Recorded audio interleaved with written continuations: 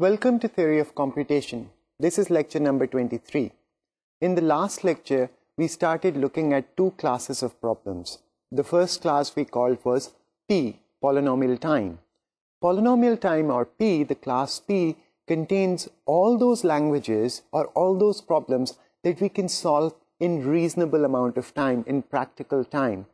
Actually, in polynomial time. That's the exact definition of P. So that's simple enough to understand. If you have a problem and you find an algorithm for that problem that can solve the problem in polynomial time, then you would say that this problem belongs to the class P. Let us think about a few examples of things that we know are in P. Since you have taken an algorithms course, you know of many problems which belong to the class P. Actually, in an algorithms course, you just don't prove that problems are in P, you also try to reduce the running time. So, for example, you have studied depth first search and breadth first, and that shows that given a graph, the problem of telling whether a vertex S is connected to T is in P, since we have a polynomial time algorithm for it. In fact, DFS and BFS, you can prove they run in linear time, and therefore actually we have a linear time algorithm. However, note that we have a linear time algorithm. In order to convert that linear time algorithm to a single tape Turing machine, that requires some overhead. When we are talking about models of computations, what we want to do is we want to say that the definition of our class that we are talking about is independent of the model of computation. So in this sense, P is an extremely robust class. You can think of P to be the set of all problems that can be solved by, say, Java programs in polynomial time, C++ programs in polynomial time, K-tape or 5-tape Turing machines in polynomial time, or 1-tape Turing machines in polynomial time. All these definitions are equivalent. So the class P is the set of all problems that can be solved in polynomial time. Here there is a subtle point, and you must understand this subtle point very carefully. When we say that the algorithm or the Turing machine takes polynomial time, we mean that the time is polynomial in the length of the input. A major confusion arises when you start looking at numbers. So suppose that you have a number n. In this case, I can express the number n in binary, and expressing a number n in binary requires very little space. It requires log n space at most. If you take a number n and you look at the binary representation of it, you would easily see that the binary representation requires only log n bits. Therefore, when you're dealing with numbers and you are going to come up with a polynomial time algorithm, remember that if the input is n, then the time should be polynomial in the length of n, which is log of n. The best way to think about it is, if you take an algorithm which is dealing with numbers, when it takes k-bit numbers, then the time should be polynomial in k, not in the number itself. As an example, we saw how to compute the GCD using the Euclidean algorithm. The first algorithm we looked at was not a polynomial algorithm. That algorithm was just trial division. If you give me two numbers, x and y, I can try to find the GCD by dividing x and y by dividing x and y with each number 1, 2, 3 up to minimum of x and y. This algorithm actually does, so let's say x is the smallest number, then this does at most x divisions. This is not polynomial in the length of x. This is exponential in the length of x. Then we saw Euclid's algorithm, which takes polynomial time in the length of the input. The beauty of Euclid's algorithm is that if you give it two k-bit numbers and ask it to find the GCD, it performs at most 2k divisions. And therefore, that's a polynomial time algorithm, since we know how to divide in polynomial time also. The second class that we want to look at is called the class NP. The class NP is the set of all problems that can be that can be solved in polynomial time by non-deterministic Turing machines. What we need to do is understand this class more thoroughly. The reason that P is so intuitive, that you understand the definition of the class P so easily, is because you've seen lots and lots of examples of problems which are in the class P. Whereas non-determinism in Turing machines or non-determinism in algorithms is a new concept for you. One way to understand non-determinism was to say that the machine is allowed to guess. We looked at a non-deterministic Turing machine that makes a guess. What it does is it writes n ones on the tape, and then it scans the input and it has two choices, either to change the 1 to a 0 or leave it alone.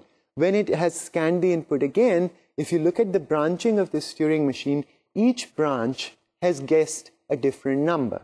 So that is the power of non-determinism. The machine is allowed to make guesses, and therefore what you want to do is now you want to design non-deterministic Turing machines. Let's continue our lecture today. Today we will once again look at the class NP. We would review a bit of what we had done earlier. Then we would try to look at many examples of problems which are in NP in order to get a feel for what NP is. After doing that, we will look at another formulation of the class NP in terms of verifiers. This is going to be a different way of looking at the class NP. So we will have two ways of looking at the class NP. One is through non-deterministic Turing machines. The other is through verifiers. Then we will prove that both these definitions, the non-deterministic definition that comes from the non-deterministic Turing machine side and the verifier side, give us the same class NP. After that, we would talk about what is the relationship between the class P and NP. Let's start with today's lecture. We looked at this very simple non-deterministic Turing machine. This is the most important Turing machine as far as non-determinism goes. If you understand that, you will be able to understand the concept of non-determinism. This Turing machine, if it is in state Q0 and it sees a 1, what it does is it either changes the 1 to a 0 or leaves it alone and moves to the right. When it sees a blank, it just accepts the input or its computation finishes. We call this Turing machine the guessing Turing machine. If we run this Turing machine on a sequence of n ones, then if you look at the computation of the Turing machine, it has 2 to the n branches, and each branch corresponds to a string of zeros and ones of length n. So we have this guessing Turing machine, and this Turing machine on each branch can make a guess of all the 2 to the n possible Turing machines. We will use this Turing machine to show that problems are in NP. Let us look at an example of a problem in NP now. We define composites to be the set of all integers n such that n can be written as p times q for some integers p and q greater than 1. So the definition of composite numbers is the good old definition that was told to you in your elementary school. Well, how will we design a non-deterministic Turing machine to accept composites in polynomial time? Well, the basic idea is if the machine gets an input n, it will guess the first factor p. So it will guess, suppose if it gets a k-bit number, then it'll guess a k-bit number p, and then it'll guess q. Then it will check if p is greater than 1 and q is greater than 1, and if p times q equals n. So that is our non-deterministic Turing machine, and that accepts composites in non-deterministic polynomial time.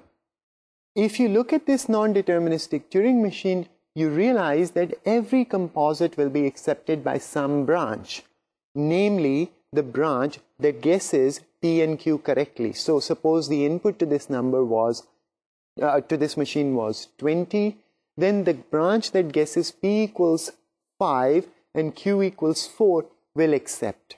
The branch that guesses p equals 2 and q equals 10 will also accept. So if the number is composite, there is at least one solution to this equation n equals p times q with p greater than 1 and q greater than 1.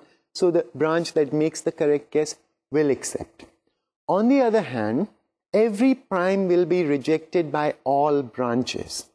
The reason is, by definition, a prime number cannot be written as a product of two numbers, both of which are not 1. So, since we have a check in the end, which checks if p is greater than 1 and q is greater than 1 and p times q is equal to n, this check will never come out to be true, and so all branches of the machine will reject a prime number.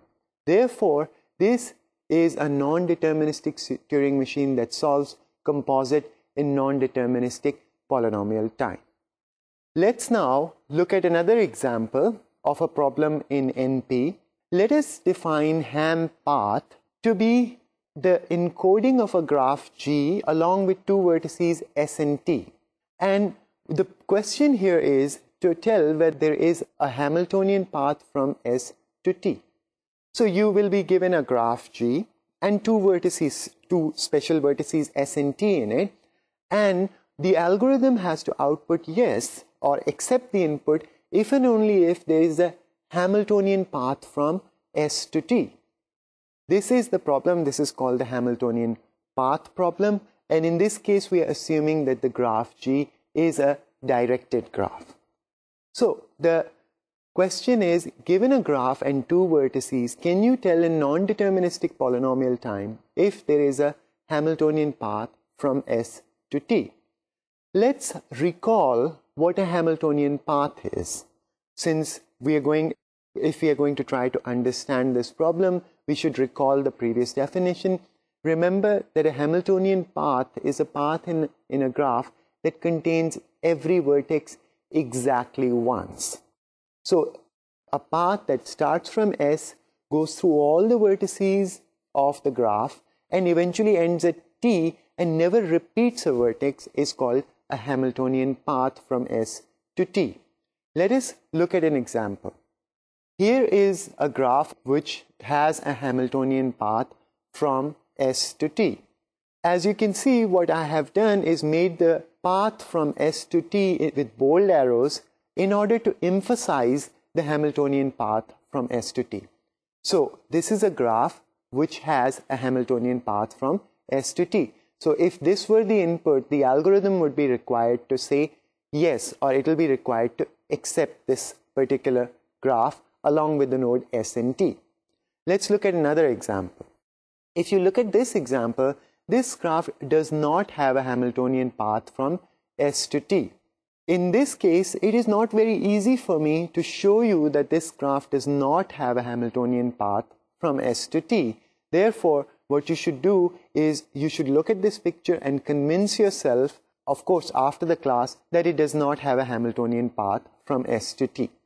So, if I give you a graph in general, your algorithm or non-deterministic Turing machine is supposed to analyze this graph and tell whether there is a Hamiltonian path from the vertex S to the vertex T. S is called the source or the start vertex, and T is called the terminal vertex. So in this case, you're given a graph, a source and a terminal vertex, and the question is if there is a Hamiltonian path from S to T.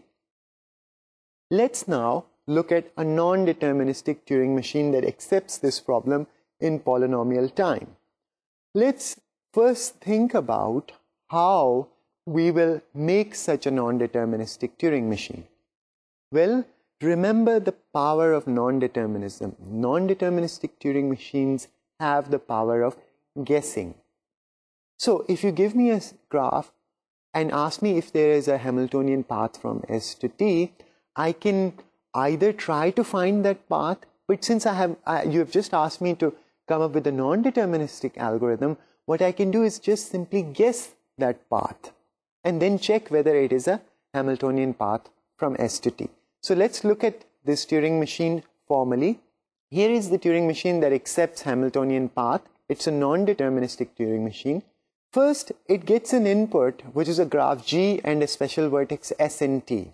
What it does is it computes the number of vertices in G, let's call it n. Now it uses the guessing Turing machine to guess n vertices v1 up to vn. And these are the n vertices that it has guessed. So it runs the guessing machine n times to guess n vertices. Without loss of generality, we can assume that the vertices in the graph are actually labeled by numbers from 1 to n. So it guesses n vertices. Then it has these n vertices. First it checks whether all these vertices are distinct. Then it checks if v1 happens to be the source vertex. Then it checks if vn is the terminal vertex. And finally it checks if vi and vi plus 1 is an edge in the graph for each I going from 1 to n minus 1. So this Turing machine simply guesses a path of length n in the graph. Then it verifies that each vertex in there is distinct, because a path is not allowed to have loops in it, so no vertex is supposed to recur. So it checks if all the vertices are distinct. Then it checks if the first vertex is the source, and then it checks if the last vertex is a terminal vertex. And finally it checks whether this alleged path is actually a path in the graph. If there is an edge from S to V2, V2 to V3, V3 to V4, and so on all the way up to T. If all these checks are verified, then the machine has actually found a Hamiltonian path and it can accept. Now let's think about what would happen if I were to give this algorithm a graph G which had a Hamiltonian path from S to T. Well, as I'm using a guessing machine, a lot of the branches are going to be wrong guesses. So they are all going to reject. However, there is at least one branch which will make all the right guesses of the vertices which are along this path. And that particular branch will accept, because it will be able to verify that this path is a path from S to T. So if the graph is Hamiltonian, at least one branch will accept.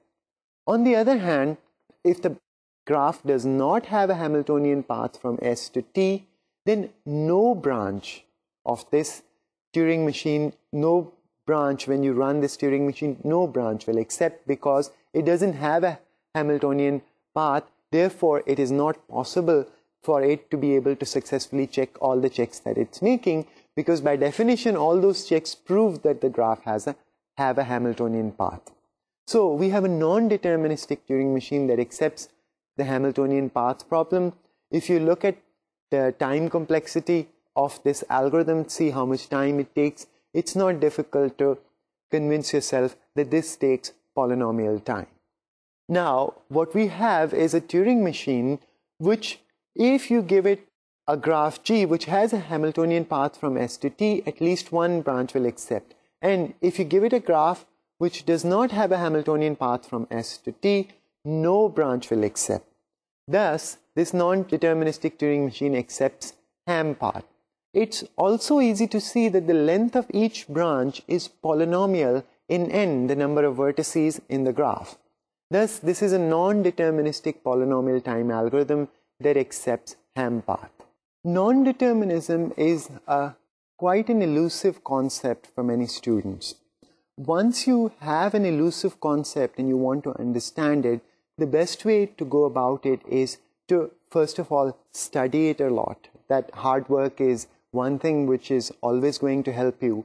But the other thing you can do is try to understand that concept in different ways by looking at that concept from different points of views. Well, non-determinism, we can think about it as formally the definition of non-deterministic Turing machines. The second way we looked at it was, we said, well, these are algorithms which have the power of guessing. Now we will look at another way of looking at non-determinism through verification algorithms. Verification algorithms are going to be deterministic algorithms, algorithms that we are already familiar with. If you look at our previous two examples, what was really happening? We looked at composites and we said that it was in the class NP. We have a non-deterministic polynomial time algorithm for it, and then we looked at Hamiltonian path. What both these machines were doing were in some sense guessing something and then verifying. So for example, the first Turing machine, when it got a number n, it wanted to prove to itself that the number n is composite, so it guessed two numbers p and q, and then verified that p times q equals n, and thereby proving to itself that the number was composite. Similarly, the second Turing machine that we looked at, which actually was trying to see if a graph has a Hamiltonian path, what did it do? It essentially guessed the Hamiltonian path and then verified or proved to itself that there is indeed a Hamiltonian path in the graph.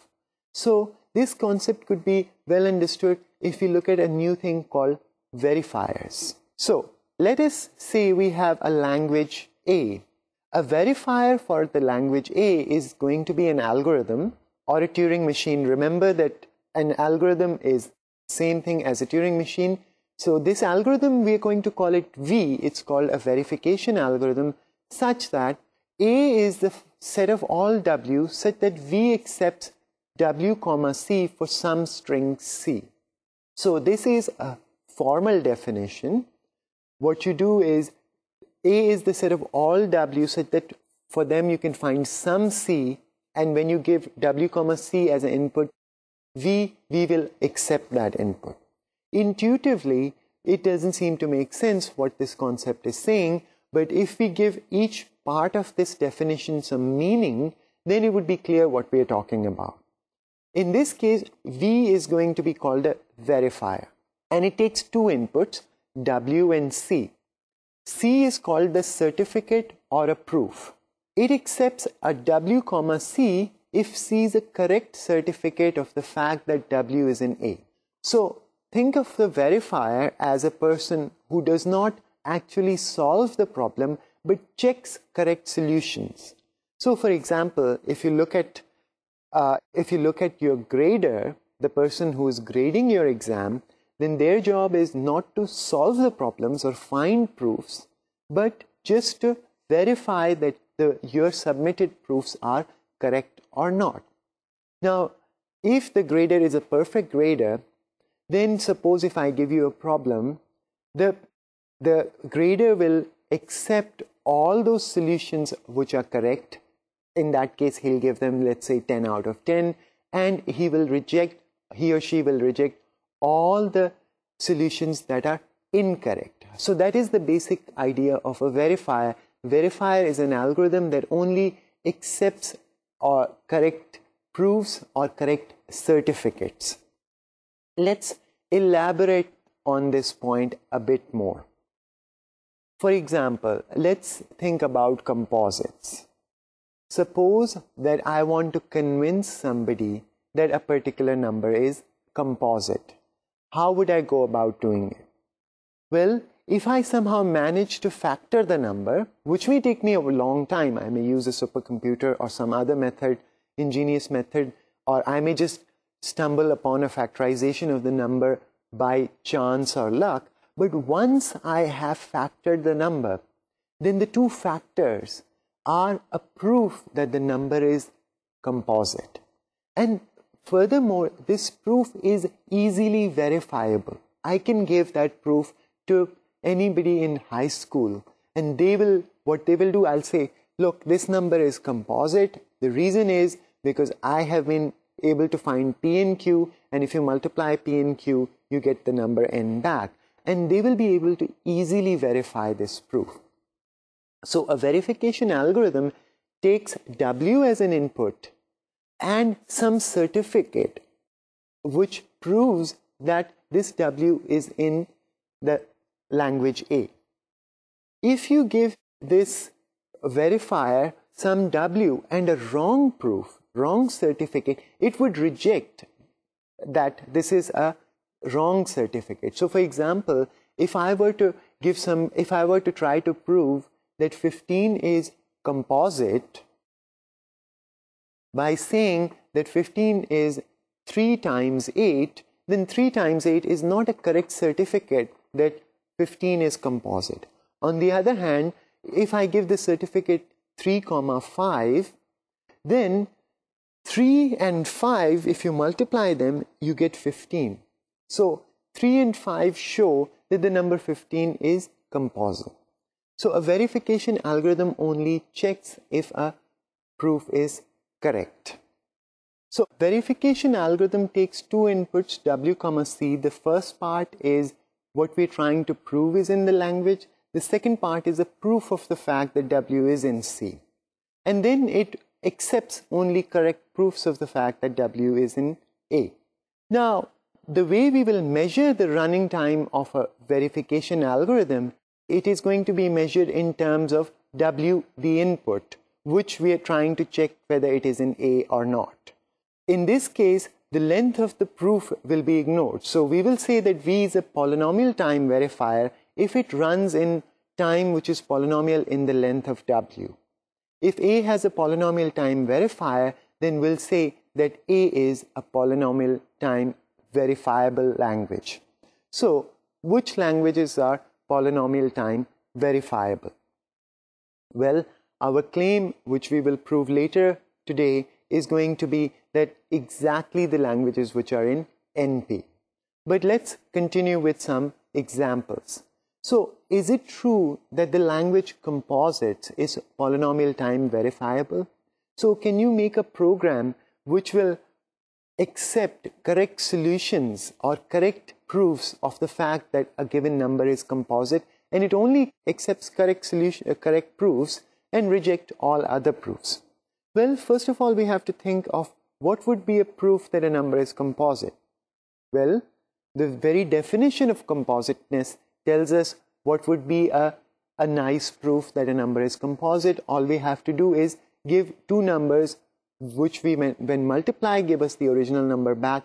That will show that the number is composite. So here is a verification algorithm, a polynomial time verification algorithm for composites.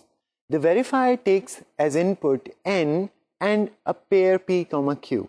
First it checks if p and q are both smaller than n. If not, reject. So this way the verifier will not take a long time reading the proof, because it will just stop reading if the proof is too long.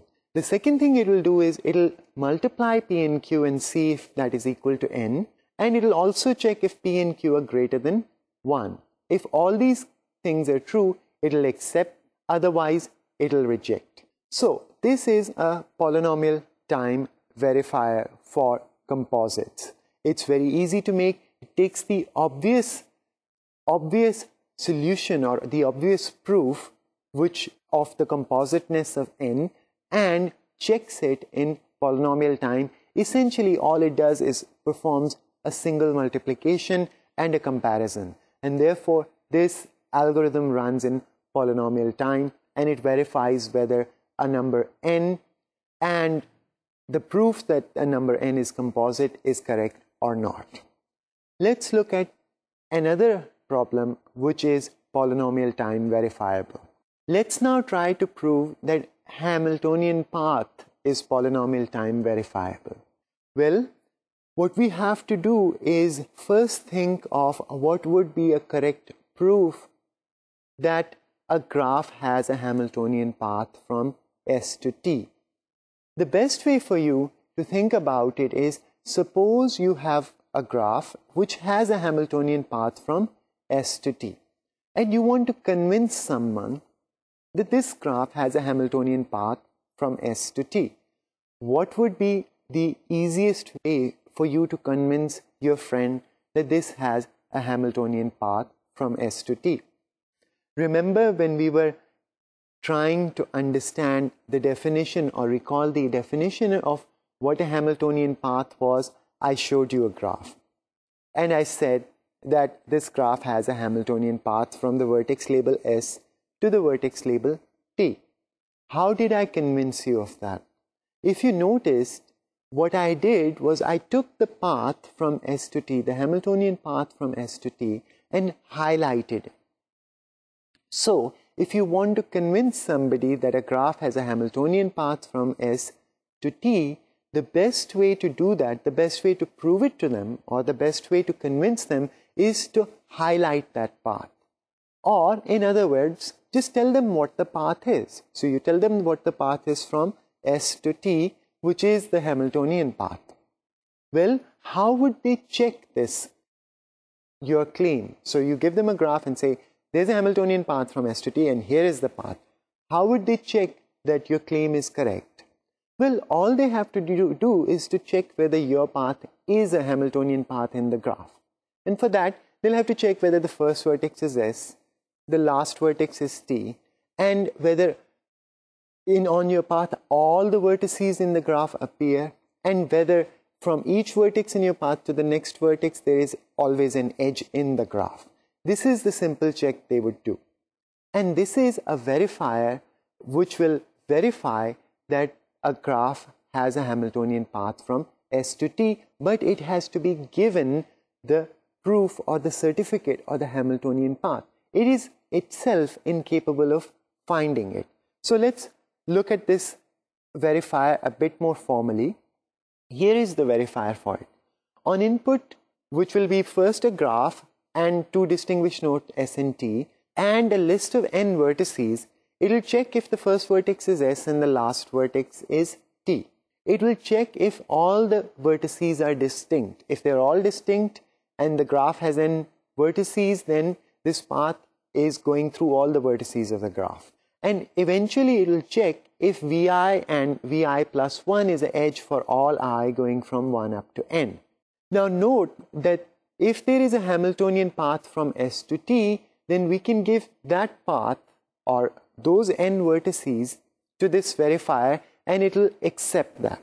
If someone has found such a path, it is very easy to indeed verify that it is a Hamiltonian path.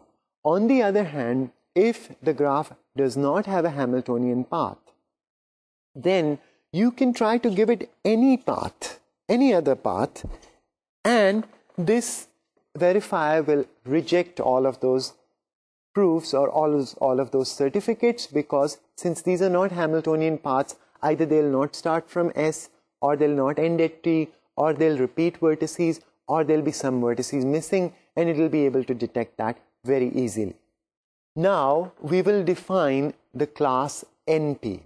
NP, the class NP, we're going to define it in two different ways.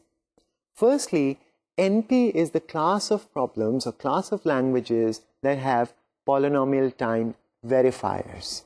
So NP is the set of all those problems which have polynomial time verifiers. Another definition of NP is that NP is the class of languages that are decided by polynomial time non-deterministic Turing machines. So we have two definitions of one class of problems that we want to define. Well, actually, I shouldn't be saying we have two definitions of one class. What we will do is we'll prove that these two definitions are equivalent and they identify or they classify the same problems. Thus, if you take the first definition or the second definition, you get the same class of problems. The way you should think about NP is these are easily verifiable problems once some certificate has been found. So these are problems where the membership in the language has some easily verifiable certificates. P is the set of problems that we can actually solve easily or practically or in polynomial time. NP is the class of problems that we can verify in polynomial time. Now, let us be careful and let's define NP sub 1 to be the class of languages that have polynomial time verifiers. Let us define NP sub 2 to be the class of languages that are decided by polynomial time non-deterministic Turing machine. What we want to show is that NP sub 1 is equal to NP sub 2, that both these definitions are equivalent. If we do that, then we'll be justified in calling both of these classes and giving them the same name, which we'll call them NP. So let us take a language L, which is in NP sub 1, and we will show that it is also in NP sub 2.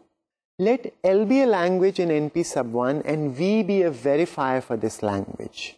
The verifier runs in polynomial time, so let's say that the running time of this verifier is d times n to the k, where n is the length of the input or the first component of the input. So we take this verifier, which is a verifier for a language L and runs in polynomial time. What we want to do is now show that this same language L is accepted by some non-deterministic Turing machine in polynomial time, in non-deterministic polynomial time. How will our non-deterministic Turing machine look like? Think about it. We do not know much about this language L. We just know that it has a polynomial time verifier. So our non-deterministic Turing machine will somehow use this polynomial time verifier. Well, what we can do is we can try to run this verifier on different certificates. But which certificate? We'll have to find the right one, and only then it will accept. The idea is non-determinism has the power of guessing. So what we can do is we can simply guess the certificate and run this verifier. So our non-deterministic Turing machine looks like as follows, as shown on your screen. It gets an input W, and then it guesses a certificate of length at most d times n to the k. And then it runs the verifier V on the pair W, C.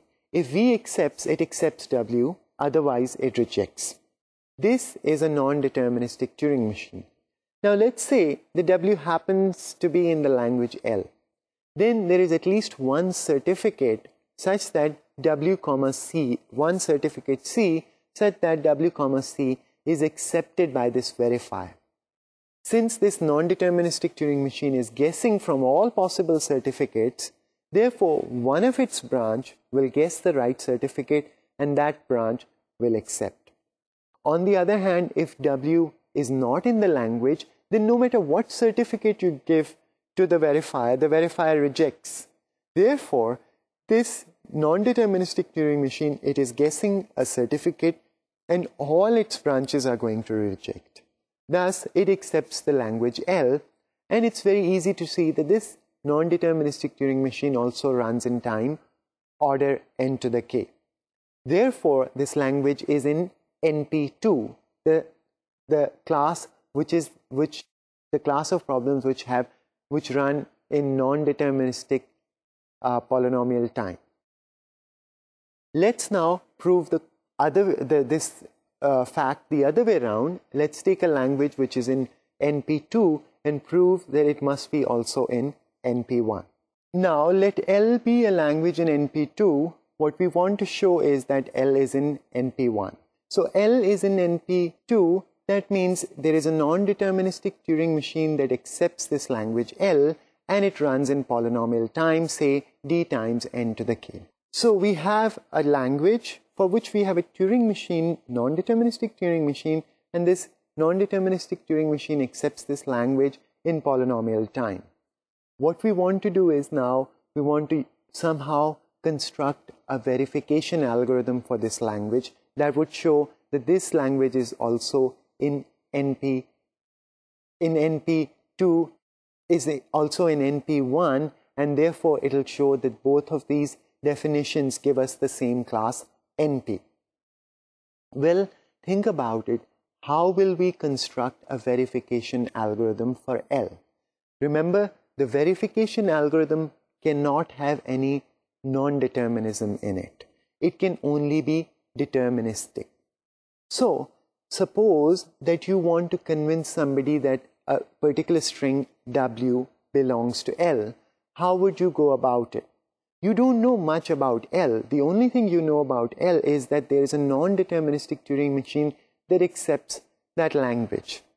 So one way to convince somebody that X is in L is to convince them that this non-deterministic Turing machine will accept this X. However, a non-deterministic Turing machine makes choices. Its computation is a huge tree. Suppose you can also find out what branch of this tree will lead to accepting computation.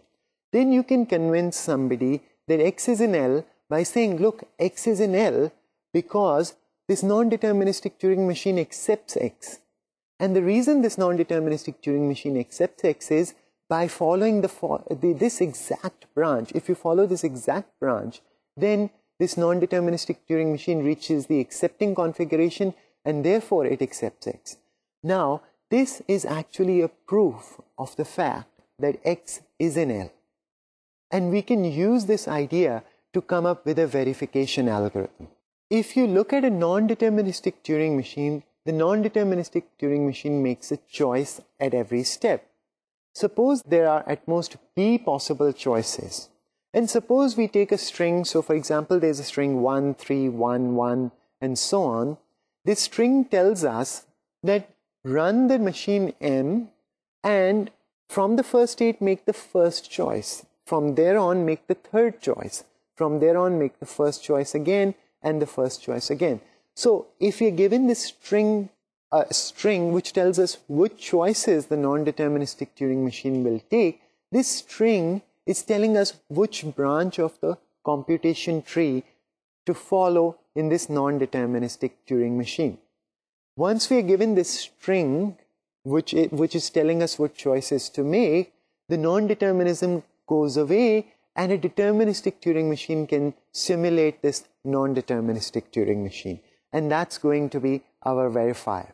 So formally our verifier is given as follows. It will take an input W and a C. So the W is the string that it wants to verify, it's an L, and C is the proof. It is going to interpret C as telling it which branch of the non-deterministic Turing machine to follow, which choices to make at every step. So what it will do, it will simulate the non-deterministic Turing machine on W by making choices which are dictated by C. So what is this verifier? What language is this verifier verifying? Well, let's think about it. Suppose W is in L, then the non-deterministic Turing machine M accepts W. This means that there is a sequence of choices that this non-deterministic Turing machine makes which leads it to an accepting configuration. Or said in another way, there's at least one branch in the computation tree which leads it to an accepting configuration. Now if that particular sequence of choices is given to this verifier will accept W. It will take W and make exactly those choices and finally realize that M is accepting W, so it will accept W, C. So it's verifying if W accepts, if M accepts W via the choices C. On the other hand, what would happen if W is not accepted by the non-deterministic Turing machine? Well, in this case, what we know is that all branches in the computation tree of M lead to a rejecting state. So no matter what set of choices or sequence of choices you give to this verifier, when it simulates M, it will always reach a reject state. So it will always reject W, C for those W's which are not in the language. Therefore, this is a verifier for the language L. So L is in NP1. So what we have shown is that if a language is accepted by a non-deterministic Turing machine in polynomial time, then it has a polynomial time verifier. On the other hand, if a language has a polynomial time verifier, then it is accepted by a non-deterministic Turing machine in polynomial time. NP1 was defined to be the set of all languages that are accepted by non-deterministic Turing machines in polynomial time, and NP2 was defined to be the set of all languages for which we have polynomial time verifiers. Thus, these two definitions are equivalent and they define one class NP. This justifies that now we can get rid of the subscript NP1 and NP2. Since both of them are equal, we can call both of these classes, which is actually one class, NP. This is very typical in mathematics. Sometimes some concepts, mathematical concepts, can be defined in more than one way. In one way and also in another way. So if that happens, what mathematicians do is they show that both these definitions give us the same concept, and this gives us an alternate way of looking at that concept of that structure. We're actually very lucky that non-determinism, NP, has two equivalent definitions. This means that this elusive concept can be understood in two ways. So if I ever give you a problem and say, show that this language is in NP, what you can do is you can follow the first approach, which is to design a non-deterministic polynomial time Turing machine for that language, or you can design a verification algorithm. Actually, what you should do is you should design both. That way, you would understand the problem more clearly and you will be able to relate these two concepts. Let's look at one more example and see that this language is also in NP. Let us define clique to be the set of all pairs G, K, where G is going to be an undirected graph and the graph has to have a clique of size K. So, the input to this problem is a graph and a number K, and the question is, does this graph G have a clique of size K?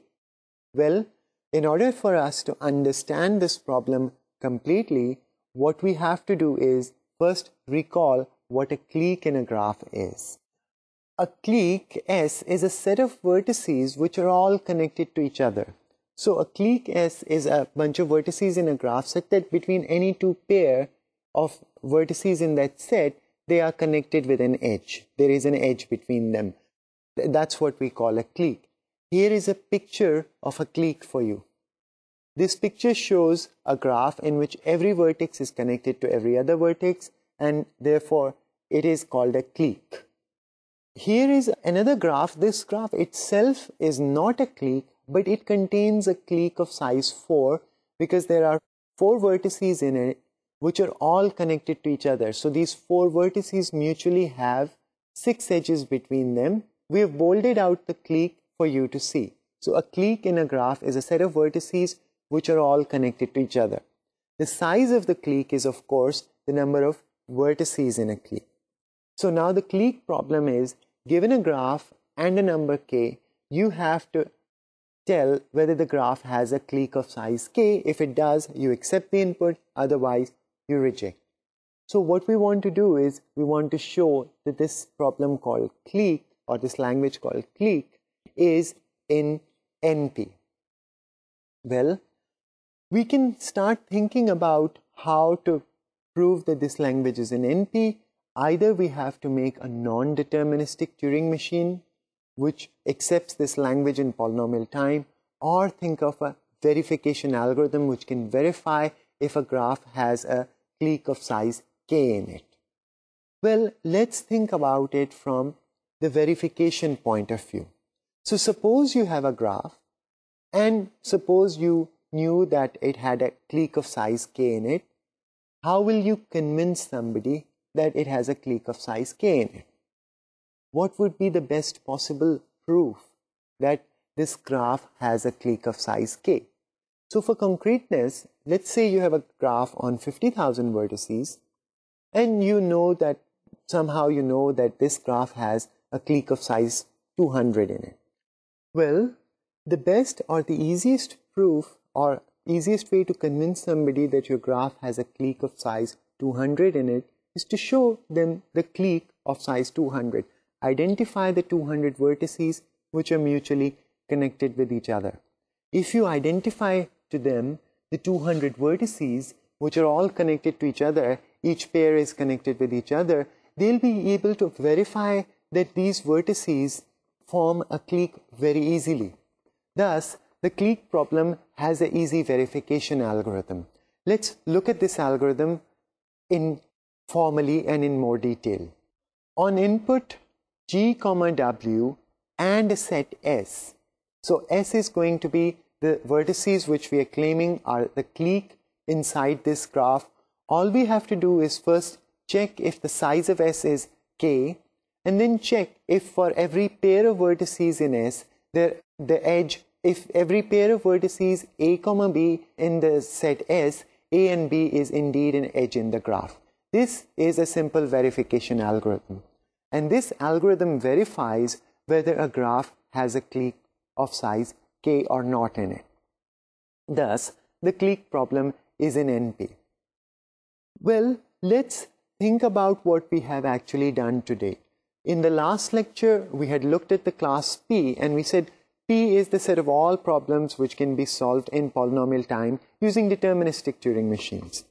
Now we have defined the class NP, which is the set of all problems for which we have verification algorithms, polynomial time verification algorithms.